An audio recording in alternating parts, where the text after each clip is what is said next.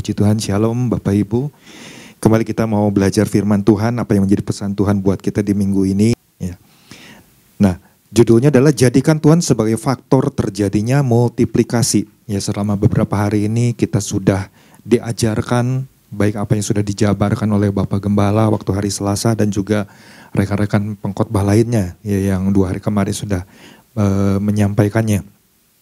Nah, yang mendasari pesan dari pesan Tuhan ini diambil dari Injil Yohanes pasal yang ke-6 ayat yang ke-11. Ya, bunyinya seperti ini. Lalu Yesus mengambil roti itu, mengucap syukur dan membagi-bagikannya kepada mereka yang duduk di situ. Demikian juga dibuatnya dengan ikan-ikan itu sebanyak yang mereka kehendaki. Nah, lewat pesan Tuhan ini ya yang diberikan tentunya secara khusus, tentu ini juga kan adalah sebuah kabar sukacita ya. Ya karena apa? Karena di sini kita diingatkan kemarin Bapak Gembala sudah sampaikan bahwa Tuhan ingin kita menangkap maksud Tuhan secara lebih spesifik, bahkan mengalaminya secara pribadi ya.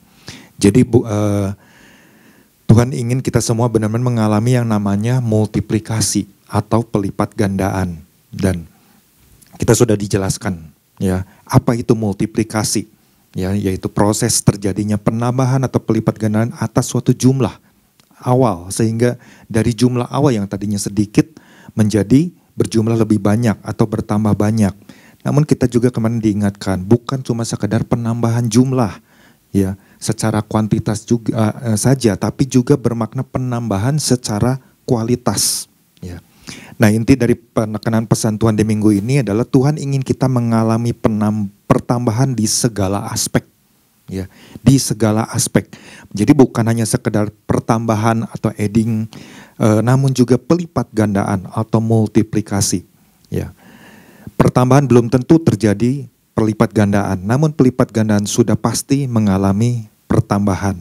Nah, kemarin sudah disampaikan beberapa hal, dan pagi hari ini untuk mempersingkat waktu, apa yang bisa saya bagikan, apa yang saya dapatkan lewat perenungan ini ketika saya mempersiapkan. Kemarin kita sudah dijelaskan ada faktor, yang pertama adalah faktor Tuhan, faktor kedua faktor diri kita sendiri yang tentunya akan menghasilkan sesuatu, menghasilkan produk. Ya. Kalau faktor Tuhan, tentu kita nggak perlu lagi meragukannya sebagai orang percaya. Kita harus yakin bahwa Tuhan mampu untuk melakukan segala sesuatunya. Tetapi yang seringkali menjadi masalah adalah faktor diri kita sendiri. Ya. Yang adalah disebutkan kemarin sebagai faktor pengali. Yang mana bisa saja apa yang kita lakukan itu ternyata justru adalah nol, nihil. Sehingga hasilnya pun menjadi tetap nol gitu. Nah, ketika saya renungkan tentang gambaran tersebut, hal yang saya dapatkan lewat apa yang kita baca dari satu perikop di dalam Injil Yohanes pasal yang ke-6 ini adalah tentang bagaimana Yesus memberi makan 5.000 orang. Di sini yang saya dapatkan adalah bahwa dibutuhkan yang namanya kemauan yang gigih. Jadi ketika kita diingatkan sebagai faktor pengali, maka yang harus kita ingat adalah bahwa kita harus menjadi orang-orang percaya yang punya kemauan yang gigih. Ya, jangan sampai kita cuma berkata di mulut saja, tapi kita tidak melakukan apa-apa. Ya. Nah, dan apa yang kita lakukan itu tentu juga harus kita lakukan seperti ya untuk Tuhan. Jadi apa yang kita lakukan itu haruslah sesuatu yang terbaik seperti untuk Tuhan. Ya. Nah, kenapa? Karena di sini faktor diri kita itu punya peran yang penting juga. Kalau Tuhan mau melakukan sesuatu untuk menghasilkan yang namanya pelipat gandaan, maka diri kita itu harus punya peran. Kalau kita nggak mau berperan, maka ya hasilnya udah pasti nggak ada hasil. Ya. Nah, makanya butuh yang namanya kerelaan, butuh yang namanya ketulusan ketika kita sadar, iya ya saya harus melakukan sesuatu itu dengan gigih. Walaupun mungkin hal itu kecil awal mulanya. Tetapi kita belajar sesuatu bahwa ketika kita melakukan mungkin dengan ucapan syukur ketika mendapatkan sesuatu, maka hari lepas hari akan terjadi sesuatu yang lebih besar lagi.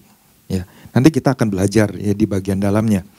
Nah, saya mencoba untuk mendramatisir peristiwa dari apa yang Yesus lakukan pada waktu itu.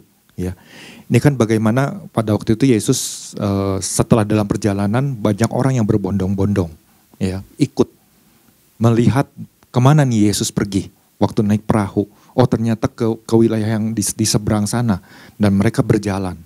Nah kemudian sampai sudah ada di wilayah tersebut, setelah sampai Yesus melihat orang-orang berbondong-bondong tersebut, ya sudah tiba, sudah mungkin berkumpul sedemikian rupa. Ada satu kerinduan bahwa Yesus memperhatikan mereka. Kemudian Yesus berkata kepada salah satu muridnya, adakah kita bisa beli roti di sini? Ya seperti itu, ya kurang lebihnya gambarannya. Nah ketika hal itu disampaikan kepada salah satu murid yang namanya Filipus, dia bilang, waduh, kalau 200 dinar aja nggak cukup untuk buat beli roti untuk kasih makan sekian banyak orang.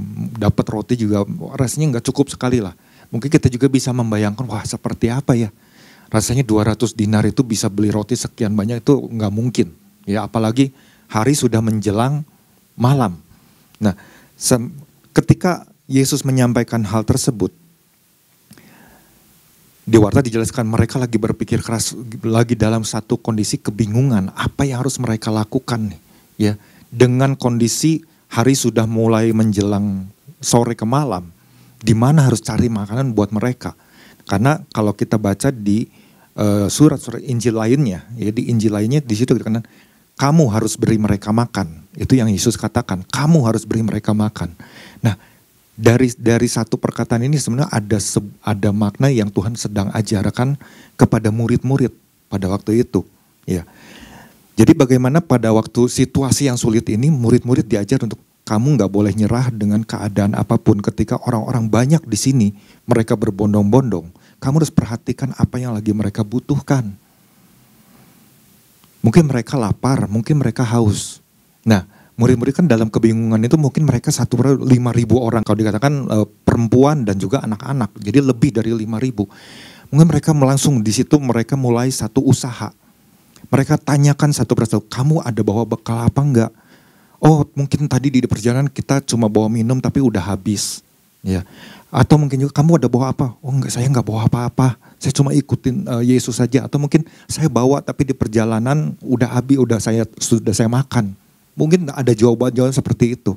Dan 12 murid ini dalam kebingungan mereka enggak menemukan jawaban apa-apa. Sampai akhirnya muncul satu anak. Ya, satu anak muncul, kemudian dia cuma bawa yang ada di dalam diri dia bekal yang mungkin tersisa 5 roti jelai dan 2 ikan. Ya. Yang lain mungkin berpikir ada sih tapi kayaknya nggak ada artinya. Ya mungkin cuma segini gimana bisa kasih sekian banyak orang. Karena kan pasti murid-murid menyampaikan apa yang Yesus lagi sampaikan, ditanya kepada setiap orang. Nah disinilah ketika saya renungkan ini ada satu usaha dari para murid. Ya 12 murid ini. Mereka berusaha satu persatu menanyakan kepada banyak orang. Ya, artinya ada usaha, jadi nggak diam. Ya guru nggak mungkin. Ya kita mau cari di mana? Udahlah biarinin aja mereka. Mungkin mereka lapar ya biarinin aja. Nggak mungkin mereka berdiam diri seperti itu. Ketika Yesus mengatakan itu, sebetulnya mereka pasti setidaknya ingat dengan apa yang pernah Yesus lakukan peristiwa ketika pertama kali Yesus berjumpa dengan para murid. Ya ketika mereka kan setelah sepanjang malam mencoba untuk menangkap ikan tapi hasilnya nihil. Dan kemudian pagi hari ketika mereka sedang membereskan jaring-jaringnya, Yesus datang, Yesus muncul. Kemudian sampai akhirnya Yesus memerintahkan kembali untuk mereka pergi. Apa yang dikatakan oleh salah satu murid yang bernama Petrus. Ingat akan perkataan ini, bahwa dia ingat akan perkataan ini. Guru, telah sepanjang malam kami bekerja keras dan kami tidak menangkap apa-apa. Tetapi karena engkau menyuruhnya, aku akan menebarkan jala juga. Nah, ini juga yang sama ditangkap oleh murid-murid yang lain pada waktu terjadinya, waktu Yesus memberi makan 5.000 orang. Ketika Yesus katakan, kamu harus beri mereka makan. Disitulah mereka tahu, ada sesuatu yang lagi Yesus mau ajarkan nih. Pasti mereka gak boleh berdiam diri, mereka gak boleh menyerah begitu saja dengan keadaan yang boleh dikatakan cukup sulit, ya. Tapi mereka harus berusaha dan mereka lakukan itu. Ada sebuah kerja keras yang dilakukan pada waktu itu. Mereka mungkin berbagi strategi. Coba kamu ke bagian sana, kamu ke bagian sini, kamu ke bagian situ. Ya. Nah, disitulah ada yang namanya, saya katakan ada satu usaha yang dilakukan, kemauan yang gigih. Nah begitu juga sebenarnya bagi kita sebagai orang percaya di masa sekarang.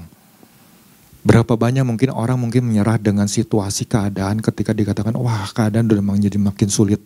Orang mau semakin tenggelam. Orang makin gak percaya, aduh apa ya yang bisa dilakukan. Rasanya udah gak mungkin lah, kuasa Yesus kan cuma terjadi begitu aja. Seringkali orang membatasi kuasa Tuhan bekerja. Sama mungkin pada waktu itu keadaan ketika Filipus berkata, di sini kan dikatakan, roti seharga 200 dinar tidak akan cukup untuk mereka ini, sekalipun masing-masing mendapat sepotong kecil saja. Itu kan seolah-olah seperti membatasi, ya, membatasi kuasa Tuhan bekerja. Atau juga ketika Andreas, dia katakan, di sini ada seorang anak yang mempunyai 5 roti jelai dan 2 ikan, tetapi apakah artinya ini untuk orang sebanyak ini? Ya. Itu kan menggambarkan seperti orang percaya yang lagi membatasi kuasa Tuhan bekerja. Ya. Nah, untuk bisa mengalami yang namanya multiplikasi, ya, atau pelipat gandaan, ini juga yang kadang-kadang sering kali, ya, karena saya dan istri kan beberapa kali terlibat di dalam network marketing, ya, yang sering kali juga dijumpai orang-orang yang seperti itu. Ya, sering kali dalam satu keadaan mulai menyerah. Udah gak gigih lagi, ya. Kemauan semangat cuma di awalnya aja, tapi udahnya ngilang. Rasanya udah gak bisa lah, udahlah, ya, nyerah aja. Hasilnya, bohong lah katanya. Ya, kadang-kadang seperti itu. Tapi kita berusaha untuk memberikan satu dorongan, satu support, ya. Sampai akhirnya yang sering kali, ya. Kalau saya selalu punya satu prinsip, kalau Tuhan percayakan sesuatu, berarti apa yang saya lakukan harus saya lakukan seolah-olah saya melakukannya untuk Tuhan. Bukan saya melakukannya untuk manusia. Kalau saya melakukan untuk manusia mungkin saya lebih banyak hitung-hitungan. Dia udah memang gak bisa, udahlah. Tapi kalau untuk Tuhan, saya berusaha untuk memberi yang terbaik untuk Tuhan. Nah, begitu juga ketika Yesus sedang memerintahkan kepada salah satu murid, beri mereka makan. Sebetulnya ini murid-murid lagi diajarkan, kalau kamu melakukan sesuatu, lakukan seolah-olah untuk aku. Ya. Nah, waktu kita berusaha dengan gigih, kemauan yang gigih, dan juga kita berpikir, iya ya, saya harus melakukan ini karena Tuhan yang memerintahkannya, karena Tuhan yang menyuruhnya. Maka di situ ada satu kemauan yang harus kita bangkitkan. Nggak boleh kita kubur. Kita ingat tentang perumpamaan talenta yang kemarin ini juga Bapak Gamal sudah sampaikan. Ya, ada orang yang dikasih 5 talenta, ada yang dikasih 2, ada yang dikasih 1. Yang 5 dan yang 2 mereka berusaha sedemikian rupa. Gimana caranya supaya yang 5 talenta ini bisa menghasilkan sesuatu. Bisa bertambah lagi. Bahkan terjadi yang namanya pelipat gandaan. Jadi nggak tinggal diam begitu aja. Tapi harus ada usaha yang sebagai orang percaya kita harus lakukan itu. Nah makanya kan seperti yang dikatakan oleh Rasul Paulus kepada jemaat di Kolose. Ya, itu yang tadi sudah saya tekankan lagi. Ayat yang ke-23, Kolose 3 ayat yang 23 di situ dikatakan, apapun juga yang kamu perbuat. Di sini ingat ya, apapun juga yang kamu perbuat, perbuatlah dengan segenap hatimu. Artinya dengan seluruh kemampuan kita, dengan seluruh apa yang ada di dalam diri kita. Ya, seperti untuk Tuhan. Waktu kita melakukan itu untuk Tuhan, sebenarnya kita pada saat itu juga kita akan dirubah cara pandang, cara pikir kita. Bagaimana kita bisa memberikan sesuatu untuk sesama, ya, untuk manusia. Apalagi ketika kita diingatkan tentang adanya kita butuh yang namanya kemauan yang gigih, tanggung jawab. Tanggung jawab, Bapak Ibu. Ada tanggung jawab yang sedang Yesus ajarkan kepada murid-murid. Ya, ketika Yesus katakan beri mereka makan, ya, itu adalah sebuah tanggung jawab yang Yesus lagi ajarkan kepada murid-murid. Dan murid-murid kan berkata, gimana caranya guru? Gak mungkin. Ya. Nah, seolah kan seperti ingin melepaskan tanggung jawab. Udahlah, suruh mereka pulang aja. Ya, kalau dibaca di guru, hari udah menjelang sore, udah suruh mereka pulang, mereka belum makan. Tapi Yesus katakan kamu yang harus beri mereka makan. Kamu yang harus beri mereka makan. Artinya ada satu tanggung jawab yang Yesus percayakan kepada murid-murid. Nah, disinilah murid-murid berpikir gimana caranya supaya terjadi yang namanya multiplikasi. Nah, ini juga yang sebetulnya di dalam kehidupan kita sebagai orang percaya, ya, ketika ada sesuatu yang dipercayakan oleh Tuhan, ada tanggung jawab. Ya, tanggung jawab yang harus kita pertanggungjawabkan di hadapan Tuhan. Dan itu adalah faktornya itu ada di dalam diri kita. Mau gak kita punya yang namanya kegigihan itu? Kalau kita nggak mau berarti kita lagi melepaskan yang namanya tanggung jawab. Dan gak akan terjadi yang namanya pelipat gandaan. Mungkin penambahan ya ada terjadi. Tapi seberapa banyak penambahan itu? Ya.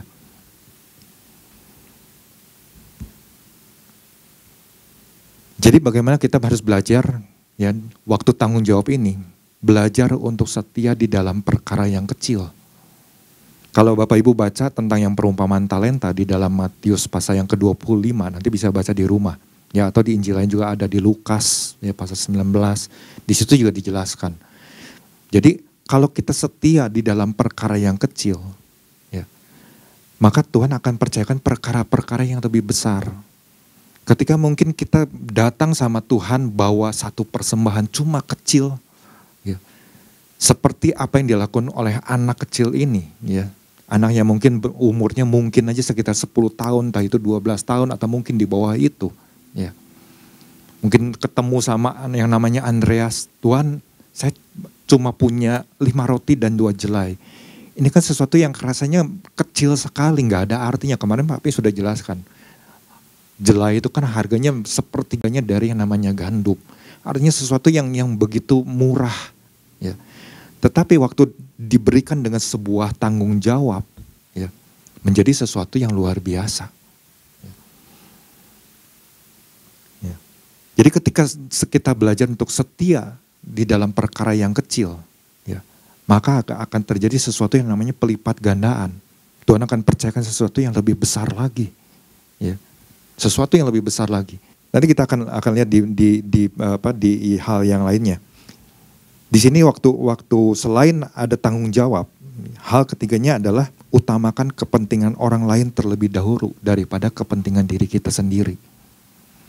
Sebenarnya Yesus lagi mengajarkan lewat peristiwa ini, bukan cuma melihat mujizatnya aja, tapi mengajarkan kepada murid-murid, kamu harus mengutamakan kepentingan mereka daripada kepentingan diri kamu sendiri. Ketika Yesus katakan beri mereka makan, Yesus sebenarnya kan di situ satu prinsip yang kita bisa lagi belajar, bukan hanya tanggung jawab, bukan hanya karena kita harus punya satu kemauan, tapi juga Yesus lagi ajarkan, coba kamu perhatikan setiap apa yang mereka butuhkan, coba kamu tanya kepada mereka satu persatu. Ya, apa yang lagi mereka butuhkan? Kenapa mereka berbondong-bondong ke sini? Kenapa mereka mengikuti perjalanan Yesus bisa sampai ke tempat ini? Apa yang lagi mereka cari? Apa yang lagi mereka butuhkan? Waktu Yesus katakan beri mereka makan, mungkin dalam pikiran kita cuma berpikir secara imajinasi, Tuhan makanan gak mungkin aku kasih. Bukan itu yang sebenarnya Tuhan ajarkan. Ada sesuatu yang Tuhan lagi ajarkan buat kita ya sebagai orang percaya di masa kini. Waktu beri mereka makan itu kan kita bisa mengupayakannya dengan berbagai cara. Makanya saya katakan tadi butuh yang namanya kemauan yang gigih. Ya. Kemauan yang gigih. Artinya kita harus sebagai orang yang punya sesuatu. Ya. Tentu kita kemarin sudah diajarkan kita harus datang dulu sama Tuhan. Bawa pribadi Tuhan supaya Tuhan terlibat. Nah, waktu kita punya sesuatu, Bukan kita cuma ya udah saya kasih sejumlah uang supaya mereka bisa makan cukup sedemikian rupa, udah selesai. Ya. Tapi bagaimana kita bisa membekali mereka dengan apa? Dengan sesuatu yang bisa kita ajarkan, sesuatu yang Tuhan percayakan kepada kita untuk kita ajarkan kepada mereka, menciptakan diri mereka itu seperti dirinya kita. Ketika kita menangkap apa yang Tuhan lagi mau untuk kita kerjakan, supaya kita mengalami hal ini, maka yang harus kita kerjakan adalah mempersiapkan mereka sedemikian rupa. Kasih dukungan sedemikian rupa, kasih semangat sedemikian rupa. Supaya mereka bisa berhasil. Berhasilnya ini tentunya akan membawa dampak di dalam seluruh aspek kehidupan pribadi orang tersebut. Sehingga mereka mungkin bisa sukses, bisa memberi makan untuk keluarganya, dan lain sebagainya. Ini yang saya belajar dari apa yang Yesus katakan, beri mereka makan. Ya. Artinya di sini ada sesuatu yang harus kita lakukan sebagai orang percaya. Ya. Karena disitulah kita belajar, waktu tadi saya katakan kita setia di dalam perkara kecil. Waktu seperti apa yang Yesus ajarkan waktu Yesus terima sesuatu yang kecil, 5 roti 2 ikan, Yesus mengucap syukur kepada Tuhan. Ya. Di situ kita belajar yang namanya mengucap syukur. Ya. Kemudian juga seperti seorang Rasul Paulus di dalam pengiringannya kepada Tuhan, apa yang Paulus lakukan? Dia memuridkan banyak orang. Dan salah satunya adalah Timotius yang dipakai secara luar biasa. Dan apa yang Rasul Paulus ingatkan kepada Timotius? Kita bisa lihat di dalam 1 Timotius pasal yang keempat. Ayat yang ke-10 sampai ke-12 dulu. Di situ dikatakan, itulah sebabnya kita berjeripayah dan berjuang. Artinya ada sebuah kegigihan yang harus dipertahankan. Jangan sampai nyerah. Ya. Dan berjuang karena kita menaruh pengharapan kita kepada Allah yang hidup. Juru selamat semua manusia, terutama mereka yang percaya. Dan apa yang diperintahkan di sini? Beritakanlah dan ajarkanlah semuanya itu. Artinya apa yang kita terima, kita ajarkan kepada orang. Kita kan perlu yang namanya hikmat. Ya. Namanya hikmat, bagaimana kita bisa mengalami yang namanya pelipat gandaan. Kita perlu hikmat. Makanya kenapa kita diingatkan perlu melibatkan pribadi Tuhan. Ya, supaya kita nggak salah langkah. Nah, kita ajarkan semuanya itu. Karena Rasul Paulus pun menasihati kepada Timotius seperti demikian. Ya. Jangan seorang pun menganggap engkau rendah karena engkau muda. Jadilah teladan. Nah di sini kan bagaimana jadi teladan. Ya. Diri kita itu harus jadi, faktor pengalinya itu harus jadi teladan dulu untuk menghasilkan sesuatu. Mungkin kalau di dalam keluarga, sebagai seorang imam, kita harus jadi teladan. Ketika kita mengajak istri, kemudian bersama-sama sebagai orang tua menjadi teladan buat anak-anak untuk menghasilkan sesuatu.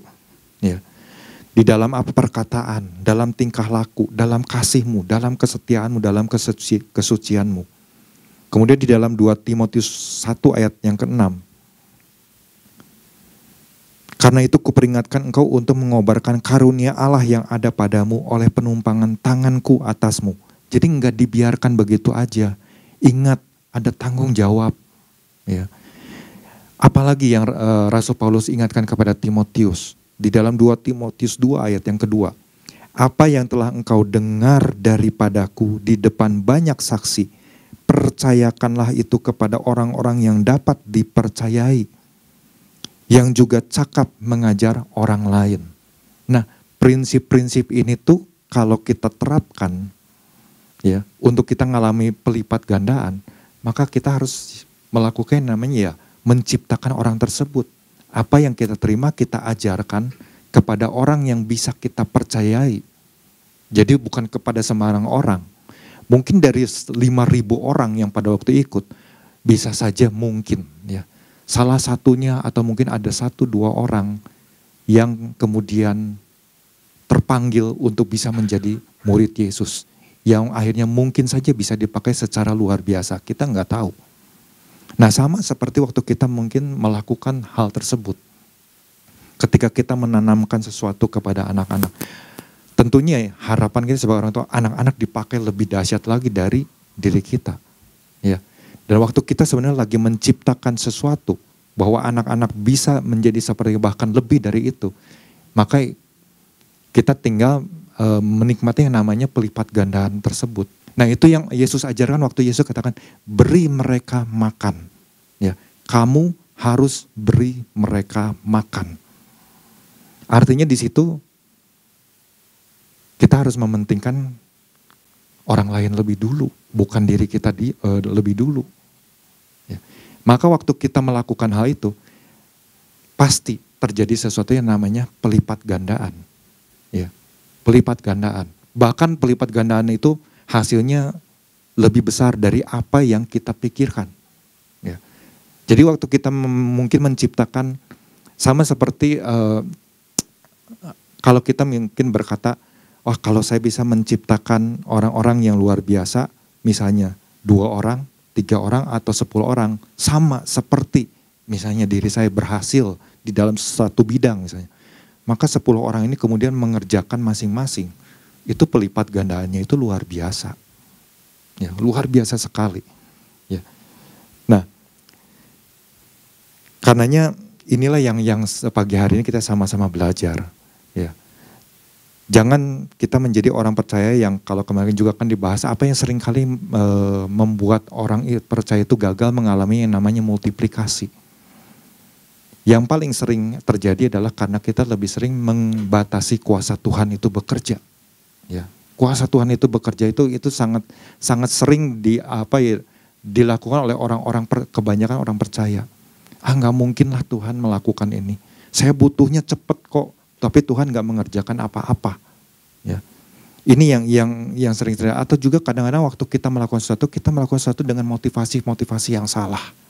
Nah ini yang nggak boleh terjadi. Kalau kita mau mengalami yang namanya multiplikasi, prinsip-prinsip itulah yang harus kita lakukan. Utamakan kepentingan orang lebih dulu. Bukan diri kita sendiri, bukan egonya kita sendiri. Tapi bagaimana kita menolong orang lain lebih dulu. Dan kita lakukan itu semua kan untuk kepentingan kerajaan sorga. Sama seperti waktu seorang anak ini, waktu dia katakan, Tuhan saya cuma punya 5 roti 2 ikan, mungkin ini bisa enggak untuk banyak orang seperti ini.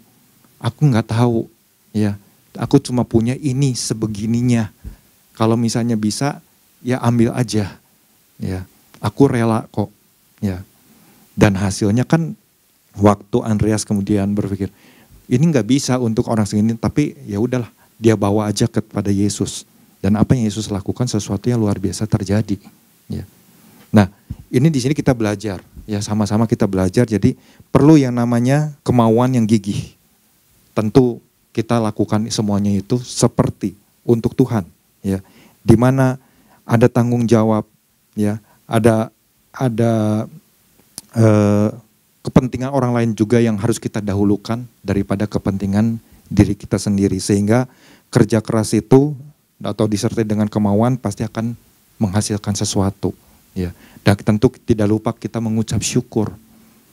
Dengan kita mengucap syukur ketika, oh iya Tuhan saya sudah melakukan ini, sekecil ini saya terima, saya mengucap syukur. Kemudian Tuhan percayakan lagi sesuatu yang lebih besar. Kita mengucap syukur lagi. Kita nggak boleh melupakan yang namanya mengucap syukur. Ketika kita mengucap syukur, maka Tuhan pasti akan tambahkan lagi. Dan pelipat gandaan itu pasti ya kita akan terimanya. Tentu sesuai dengan waktunya Tuhan. Ya, jadi kita harus menjadi orang percaya yang jangan menyerah, tapi tetap percaya. Percaya akan kuasa Tuhan. Ya, Tuhan Yesus memberkati.